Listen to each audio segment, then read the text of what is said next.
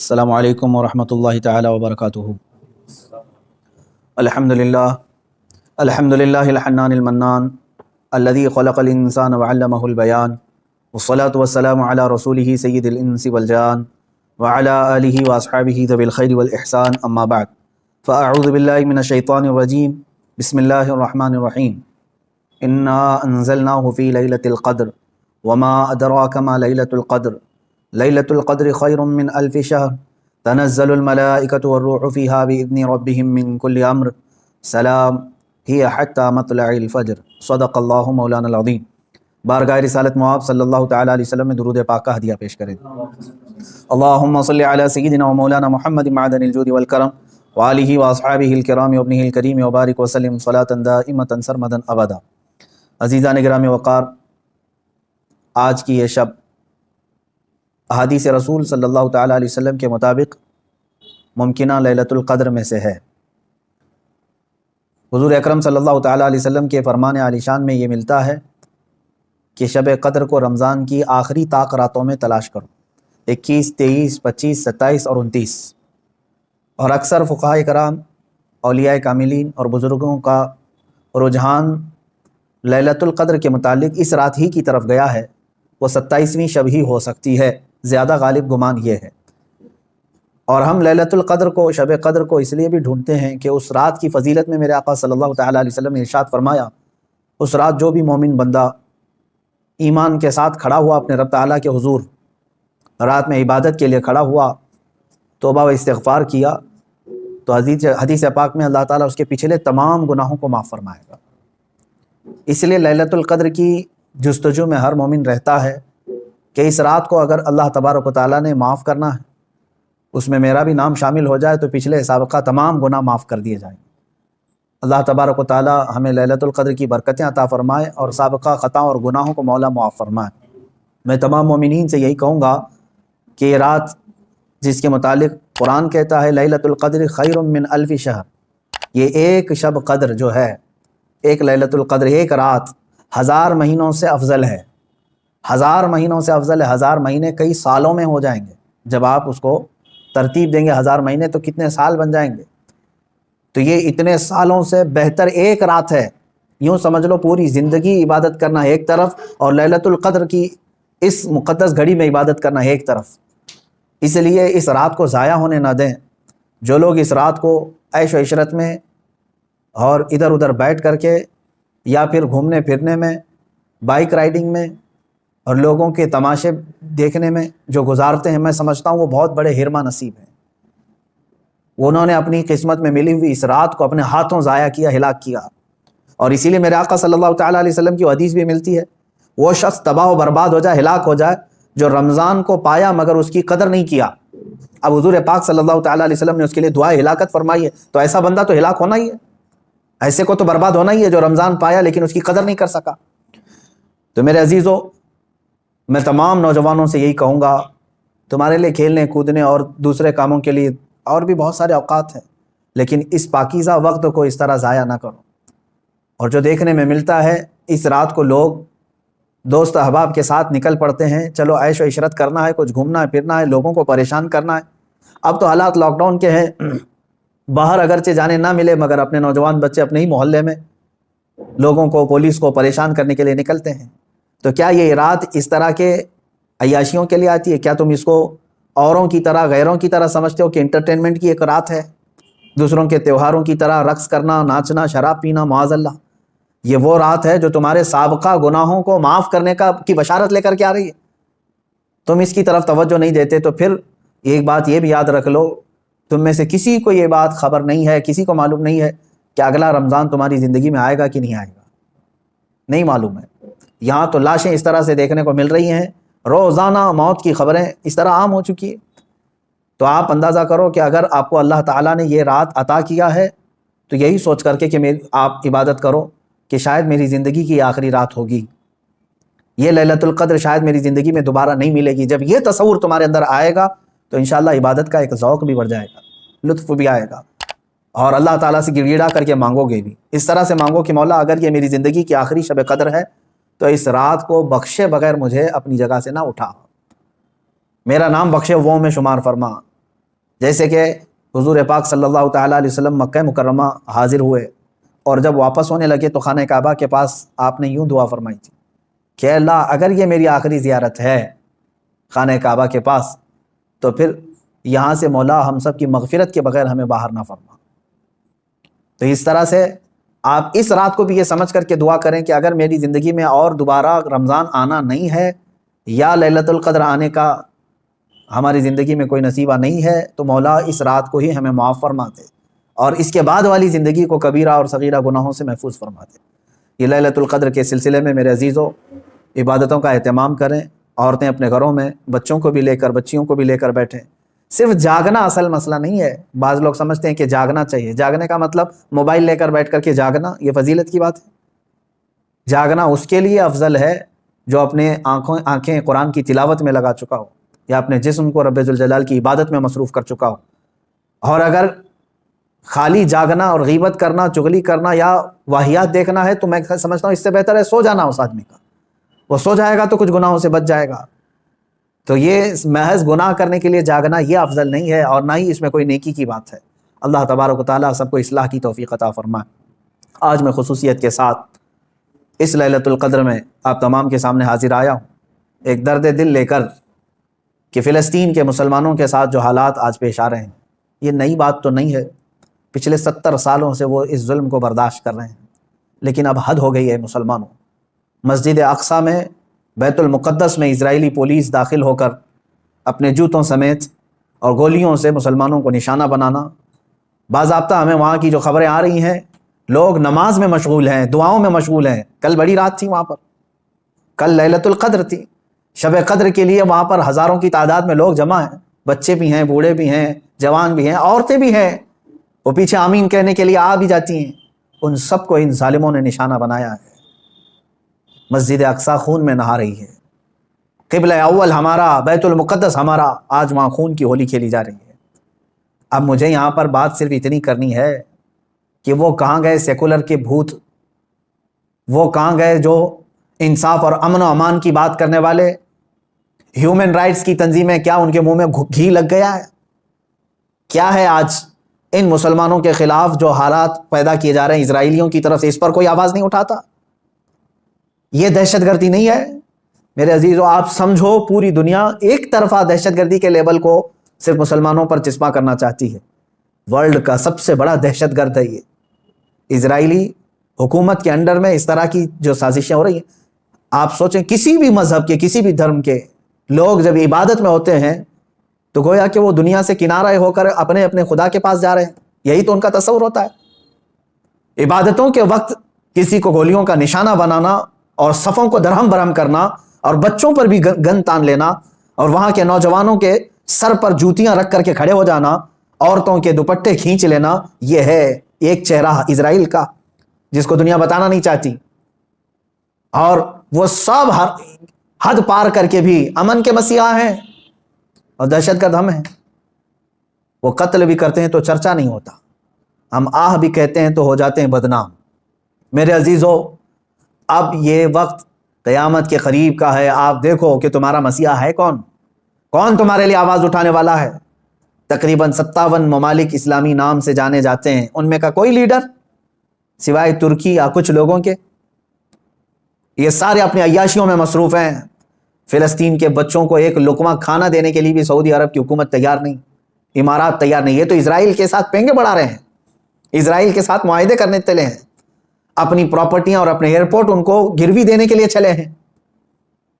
سمجھنے کی آج ضرورت ہے، جہاں اسلامی ملک ہم سمجھ رہے ہیں، سعودی ہو یا امارات ہو یا بحرین ہو یا قطر ہو، یہ تمام ممالک، ان سب کی نہ جانے کون سی مجبوریاں ہیں یا ان کے گھروں میں کون سے یہودی آ کر داخل ہو چکے ہیں، یہ واللہ عالم۔ کہ نہ سیریا کے مارے جانے والے مسلمانوں کے لیے بات کرتے ہیں، نہ فلسطین کے نہتے بچوں کے لیے بات کرتے ہیں، نہ یہ برما کے قتل عام پر کوئی بات کرتے ہیں۔ ان کو تو کچھ لینا دینا نہیں ہے امت مصطفیٰ سے، بلکہ یہ الٹا امت کے ان غریب مسلمانوں کو بلیم کرتے ہیں کہ یہ اس طرح دہشت پھیلاتے ہیں۔ ایک وقت آئے گا، دیکھ لینا، ان کی کرسیاں ہلیں گی، وقت آئے گا جب ان کے تاج اچھالے جائیں گے، یہ سب بہت بری موت مارے جائیں گے۔ اس لیے کہ میں نے پڑھا ہے کفر کی حکومت تو چل سکتی ہے لیکن ظلم کی حکومت نہیں چلے گی۔ ظلم زیادہ دن تک نہیں چلے گا، یہ صدائے بازگشت ہے، پلٹ کر کے واپس آنا ہے۔ آپ کو پتہ ہے، میں نے دیکھا ہے فلسطین کے بہت سارے لوگوں کو جن حالات میں وہ زندگی گزار رہے ہیں، اللہ کی پناہ، 35 سال 40 سال سے ان کی مارکیٹوں پر کرفیو لگی ہے۔ کرفیو سمجھتے ہیں، ایک دن 2 دن کرفیو لگے تو ہماری دکانوں پر تالا، اور 40 سال سے کرفیو لگا کر کے رکھے ہیں کچھ مارکیٹس میں، بازاروں میں، دکانوں پر جالے لگ چکے ہیں، بہت ساری پراپرٹیاں اور جائیدادیں ہڑپ کر کے اسرائیلی غصب کر کے بیٹھے ہوئے ہیں۔ یہ ساری کی ساری چیزیں بنا ان عرب لیڈروں کی اجازت کے اور ان کی منظوری کے نہیں ہو رہی ہیں۔ یہ سب میں ان لوگوں کی ہمدردیاں شامل ہیں۔ انہوں نے سعودی ہو یا جتنے بھی یہ مسلم کنٹریز ہیں، فلسطین کے بچوں کے خون پر اپنی کرسیاں بچھائے ہوئے ہیں۔ آج ہمیں درد ہوتا ہے اس بات کا میرے عزیزوں کہ اب مسجد اقصیٰ کو بھی انہوں نے پامال کر دیا۔ مسجد اقصیٰ کے اندر داخل ہو کر کے اپنی گن کو اٹھا لیا اور عبادتوں کی اور صفوں کو وہاں پر درہم برہم کر دیا۔ اب یہ تمہارے سمجھنے کا وقت آ چکا ہے، اب مسلمانوں تمہارے اتحاد کا وقت ہے۔ لیکن ہم تو یہاں سے آواز اٹھاتے ہیں، جتنا ہو سکے میں بیدار کرنے کے لیے آواز اٹھاتا ہوں، ورنہ رہ کے 100 زخموں کا خیال آتا ہے، کس زخم پر ہم بات کریں آج۔ اسی لیے وہ حالی کا شعر مجھے یاد آتا ہے، رسول پاک کی طرف مخاطب ہو کر کے حالی نے کہا تھا، اے خاص ہے خاصان رسول وقت دعا ہے، امت پہ تیرے وقت عجب آ کے پڑا ہے۔ آج یہی حال تو ہے امت پر، ایسے حالات کہ ہماری بہنیں بہت چیخ رہی ہیں اپنی عزت کے لٹنے پر، ہماری ماؤں کو بے آبرو کیا جا رہا ہے، لیکن ان کی مدد کے لیے اٹھنے والا کوئی شہسوار نظر نہیں آتا۔ مشرق سے مغرب تک، شمال سے جنوب تک ایک چپی اور ایک خاموشی ہے، ایک ایسا سنسان ماحول ہے کہ سب اپنوں میں اور اپنے آپ میں مست ہیں۔ تمہیں معلوم ہے آج ہم افطاری کے لیے بیٹھتے ہیں تو بڑی بڑی نعمتیں کھا لیتے ہیں، ان بچوں کا کیا ہوتا ہے جن کی افطاری کے وقت ان کے باپ اور ماں کی لاشیں سامنے رکھی رہتی ہیں۔ رمضان المبارک ان کا ہر سال اس طرح سے خون میں نہلا دیا جاتا ہے، یہ کون سا انصاف ہے؟ یہ امریکہ جو ہیومن رائٹس کی بات کرتا ہے، دنیا کو انصاف اور جمہوریت دینے کا علم بردار کہلاتا ہے، یہ سب کے سب ان فلسطینیوں کے قتل عام پر خاموشی اختیار کیے ہوں۔ کہاں ہے وہ اقوام متحدہ؟ کہاں ہے وہ UN ہے؟ وہاں پر ان چیزوں کی بات نہیں ہوگی۔ ہاں، اگر ایک اسرائیلی مارا گیا یا ایک یہودی یا ایک عیسائی مارا گیا تو اس کے لیے تو بوال ہوگا۔ مسلمانوں کا خون سستا ہو چکا ہے، مسلمانوں کا خون بہت عام ہے کہ ان کو کوئی بھی بہا دے۔ اے مسلمانوں، اس لیے آج تمہیں واپس اپنے اسی قدم پر آنے کی ضرورت ہے جہاں پر رسول پاک نے تمہیں چھوڑا تھا۔ میرے آقا صلی اللہ تعالیٰ علیہ وسلم نے جو نقوش ہمیں دیے وہاں پر تمہیں واپس آنے کی ضرورت ہے۔ تم اگر دنیا کی رضامندی کے لیے اپنے آپ کو بیچتے ہو، چند لوگوں کی رضا کے لیے اپنے آپ کو بدلتے ہو، تو یاد رکھنا یہ دنیا کبھی تم سے راضی نہیں ہوگی، کبھی راضی نہیں ہوگی۔ کیوں نہ ہم رسول پاک صلی اللہ تعالیٰ علیہ وسلم کی رضا کے کام کریں، اللہ اور اس کے رسول راضی ہو جائیں، تو پھر ہماری وہ سابقہ قوت لوٹ آئے گی جس قوت سے قیصر و کسریٰ کانپتے تھے، وہ ایمانی غیرت واپس لوٹ آئے گی جس سے وقت کا چنگیز خان بھی ہل جاتا تھا، تھر تھر کانپتے تھے۔ وہ ایمانی غیرت اور حمیت واپس آ جائے گی۔ شرط صرف اتنی ہے، ان کنتم مؤمنین، تم سچے نبی کے غلام ہو جاؤ۔ ولا تہینوا ولا تحزنوا وانتم الاعلون، میرے رب کا وعدہ ہے کہ تم غم نہ کرو، پریشان مت ہو، تم بلند ہوگے، لیکن اس کے ساتھ ایک شرط ہے کہ تم نبی کی وفاداری تو کرو، غلامی میں تو آ جاؤ۔ آج فلسطین ہے، اس کے بعد شام ہے، اس کے بعد عراق ہے، اس کے بعد یمن ہے، پھر افغان ہے، برما ہے، یہ سب جگہ مذبح خانہ بنا ہوا ہے۔ جانور بھی اتنے نہیں کاٹے جاتے جتنے وہاں کے انسان کاٹے جاتے ہیں۔ میرے عزیزو، آج کے ان حالات کو دیکھ کر کے مجھے اندازہ ہو رہا ہے اب رب تبارک و تعالیٰ کا یہ قہر ہی تو ہے کورونا۔ جب ظلم بڑھتا ہے تو بلائیں بھی پھیلتی ہیں، یہ جتنے ظالم ہیں دیکھ لینا یہ بلاؤں میں گرفتار ہوں گے۔ آج یہ جو حالات پیدا ہوئے ہیں، کثرت سے یہ بیماری کا پھیل جانا اور کثرت سے موتوں کا ہو جانا، آپ کیا سمجھتے ہیں؟ یہ بھی ایک اللہ تعالیٰ کے غضب کی نشانی ہے، یہ اس کے قہر کی نشانی ہے۔ تمہارے پاس لاکھوں کروڑوں بھی ہوں گے، تم بچ نہیں پاؤ گے اس کی پکڑ سے۔ ظلم سے باز آ جاؤ۔ ظلم ایک ایسی چیز ہے جس کو کبھی دنیا نے پسند نہیں کیا، اور ہر ظالم کا انجام بہت سخت ہوا ہے۔ وہ چنگیز خان جس نے لاکھوں کی لاشیں بچھا دی تھی، محض گھوڑے پر بیٹھ کر کے ایک بار اپنے ہاتھ میں کسی چیز کو لے کر کھیل رہا تھا۔ مجھے یاد آتی ہے بات، آج فلسطین کے بچوں کے لیے اب بھی میری امید ہے، لوگ یہ کہتے ہوں گے ان کے پاس کچھ نہیں، ارے وہ چھوٹے کنکر اور پتھر سے مقابلہ کر رہے ہیں، سامنے والے پیٹروٹ میزائل لے کر کھڑے۔ اسرائیلیوں کے پاس گن ہیں اور وہ بچوں کی کھوپڑیوں پر لگاتے ہیں، اور دوسری طرف نہتے بچے ہیں، لیکن مجھے پھر بھی میرے رب تعالیٰ کی ذات سے یقین ہے، امید یقین ہے کہ مولا کریم جس وقت حالات بدلتا ہے تو پھر ان یہودیوں کو دیکھ لینا، ان کو سر چھپانے کے لیے نہ کوئی پتھر ملے گا نہ کوئی درخت ملے گا۔ میرے آقا صلی اللہ تعالیٰ علیہ وسلم کی حدیث ہے، قیامت کے قریب تم دیکھو گے ہر پتھر یہ تمہیں پکار کر کے کہے گا اے مسلم آ جا ادھر، میرے پیچھے ایک یہودی چھپائے اسے قتل کر دے۔ یہ حدیث پاک میں، یہ مارے جائیں گے، ان کا بھی انجام برا ہوگا، سخت ہوگا۔ یہ ظلم کا جو ننگا ناچ ناچ رہے ہیں، ان کو کیا لگتا ہے کہ ہمیشہ ہی رہیں گے؟ یہ خود چین سے کبھی نہیں رہ سکتے، ذلت والے لوگ، انبیاء کا بے حساب قتل کیا جنہوں نے، پوری دنیا کی آج چین و سکون کو غارت کرنے والا یہ اسرائیل کیا سمجھتا ہے کہ ہمیشہ ان کی حکومت قائم ہو جائے؟ میرے رب تبارک و تعالیٰ کا انتقام بہت قریب ہے، بہت قریب ہے۔ میں جو بات عرض کر رہا تھا وہ یہ ہے کہ فلسطین کے بچوں کے لیے اب بھی انشاءاللہ العزیز امید ہے، آئے گی۔ چنگیز خان ظالم تھا، اس نے انسانوں کی کھوپڑی سے مینار بنانے کا بھی حکم دے دیا تھا، اتنے قتل کرتے تھے، جس راستے سے وہ گزرتے پورے گاؤں کو جلا کے چلے جاتے تھے، کوئی نشانی نہیں رکھتے تھے۔ منگولیا کے رہنے والے یہ چنگیز خان نے ایک وقت ایسا آیا کہ تقریباً کئی سو لوگوں کو، مسلمان بھی تھے اس میں اور دوسرے بھی تھے، قید کر کے لایا اور کھڑا کر دیا۔ قتل عام کا حکم تھا، 3 صفیں لگی ہوئی تھی، اس میں علماء تھے اکثر، ایک بڑی عمر کے بزرگ بھی اس میں کھڑے تھے، وہ پہلی صف میں تھے۔ تو جلاد کو اس نے حکم دیا، چنگیز خان اپنے گھوڑے پر بیٹھا ہوا تھا، اپنے گھوڑے پر بیٹھا ہوا تھا، حکم دیا کہ قتل کرو۔ تو پہلی صف کو جب قتل کرنے لگا جلاد، تو بڑی عمر والے جو تھے، وہ ایک بزرگ، وہ دوسری صف میں پیچھے چلے گئے کہ پہلی صف والوں کے سب سر اڑا دیے گئے، سب قتل ہو گئے۔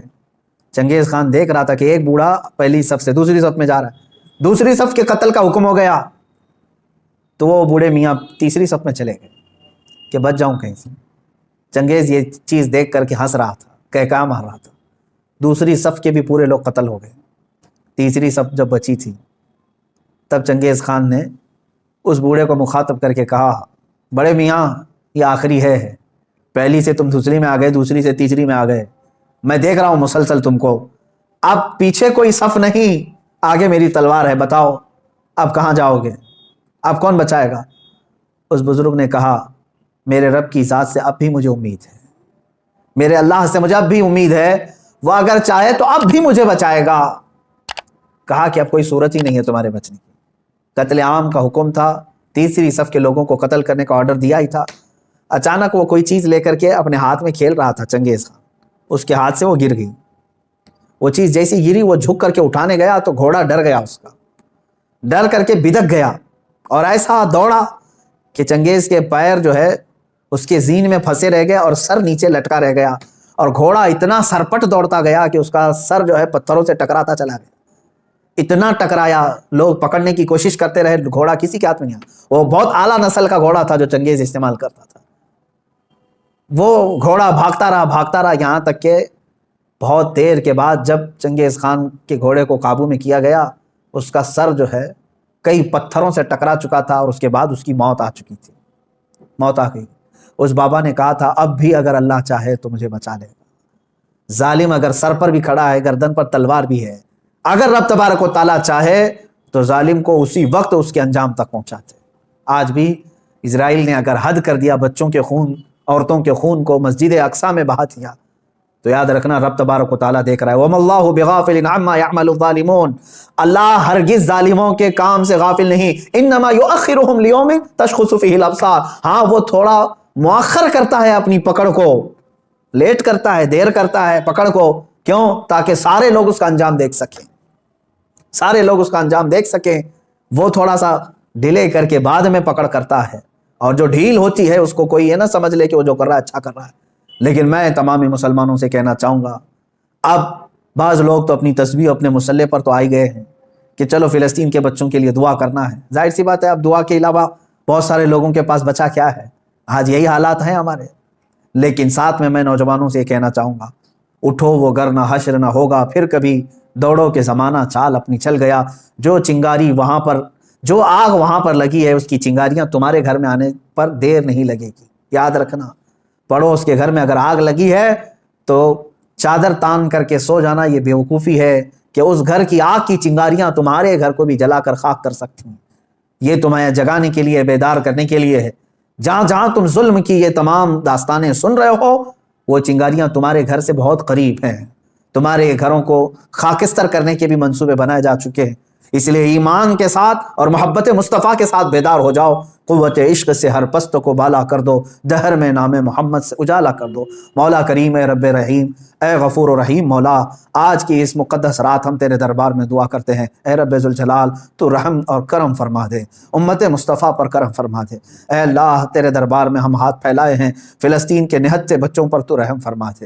اے اللہ رمضان کا پاکیزہ مہینہ ہے، اے کریم خدا، رمضان میں لوگ روزے سے رہتے ہیں، دن بھر بھوکے رہتے ہیں۔ اے کریم خدا، اسرائیلی یہودی ظالم جنہوں نے ان کی افطاری سے قبل ان کو خون میں نہلا دیا، یا ان کے رات کی تراویح میں ان کو خون سے نہلا دیا ہے، مولا تو کریم ہے، تو رؤوف و رحیم ہے، عزیز ذو انتقام ہے، ان ظالموں کو کیفر کردار تک پہنچا دے، ان کو تہس نہس فرما دے، اسلام و سنیت کا بول بالا فرما، کفر و شرک کا منہ کالا فرما، جتنے برے منصوبے اسلام اور مسلمانوں کے خلاف بنائے جاتے ہیں مولا سب کو تو خاک میں ملا دے۔ اے رب ذوالجلال احسن الخالقین، ہم سب کے تمام پچھلے سابقہ گناہوں کو معاف فرما دے، نیک اور اچھی زندگی عطا فرما دے، تیرے حبیب پاک صلی اللہ تعالیٰ علیہ وسلم کی سچی پکی عقیدت و محبت نصیب فرما، لیلۃ القدر کی برکت سے مولا ہم سب کی مغفرت فرما، جتنے لوگوں نے مجھے دعا کی درخواستیں کی ہیں سب کی جائز مرادیں پوری فرما، ہماری ماؤں بہنوں بچیوں بیٹیوں بہوؤں سب کی عزت و آبرو کی حفاظت فرما، جو بے اولاد ہیں انہیں صالح اولاد عطا فرما، جو بے روزگار ہیں انہیں حلال روزیاں عطا فرما، جو مقروض ہیں ان کے قرضوں میں آسانیاں عطا فرما۔ اے رب ذوالجلال، جو جس پریشانی میں مبتلا ہے تو بہتر جانتا ہے، تو علیم و خبیر ہے مولا، سب کی پریشانیوں کو دور فرما دے مولا، ہماری نسلوں میں قیامت تک عاشقان مصطفیٰ پیدا فرما، ہماری اولاد کو ہماری نسلوں کو گستاخان رسول سے بچا لے۔ اے رب ذوالجلال، ہماری دعاؤں کو رسول پاک صلی اللہ تعالیٰ علیہ وسلم کے صدقے و توسل قبول فرما، وصلی اللہ تعالیٰ علی خیر خلق محمد وآلہ واصحابہ اجمعین، وآخر دعوانا الحمد للہ رب العالمین۔ السلام